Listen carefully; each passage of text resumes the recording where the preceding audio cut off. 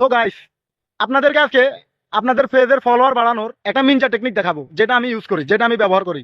একদম খুব সহজ, খুব ইজি। এই টেকনিকটা আপনারা ব্যবহার করলে দৈনিক 100 থেকে 200 ফলোয়ার বাড়ানো কোনো ব্যাপারই না, কোনো ব্যাপারই না। আমি দেখাচ্ছি, আপনারা একটু খেয়াল করেন। স্ক্রিনে দেখেন। আপনারা সর্বপ্রথম চলে যাবেন আপনাদের ফেসবুকে।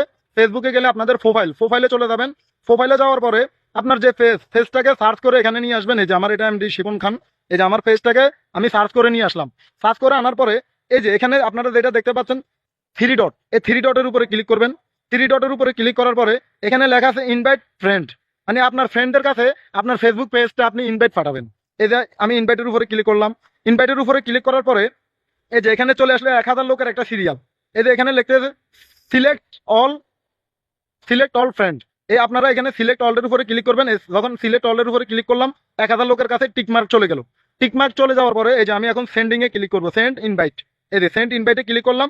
1000 লোকের কাছে আমার পেজের 1000 লোকের কাছে ইনভাইট চলে গেল আমার ফেসবুক পেজের। এখন ওই 1000 লোকের কাছ থেকে মিনিমাম 100 জন তো আমাকে ফলো করবেই। 100 জন বাদ দেন, 50 জন হলেও তো করবে। তাহলে আপনার দৈনিক 50 জন ফলোয়ার বাড়লো। আচ্ছা, এরকম করে আপনার বন্ধু বান্ধবের ফোন থেকে যদি আপনারা এরকম করেন, আপনার বন্ধুর ফোন নিয়ে আপনার পেজটাকে ইনভাইট করলেন, এরকম 2-3টা ফোন থেকে করলে দৈনিক 100 থেকে 200 ফলোয়ার বাড়ানো কোনো ব্যাপারই না, কোনো ব্যাপারই না। তো বন্ধুরা, আপনারা এটা ফলো করবেন, ইনশাল্লাহ।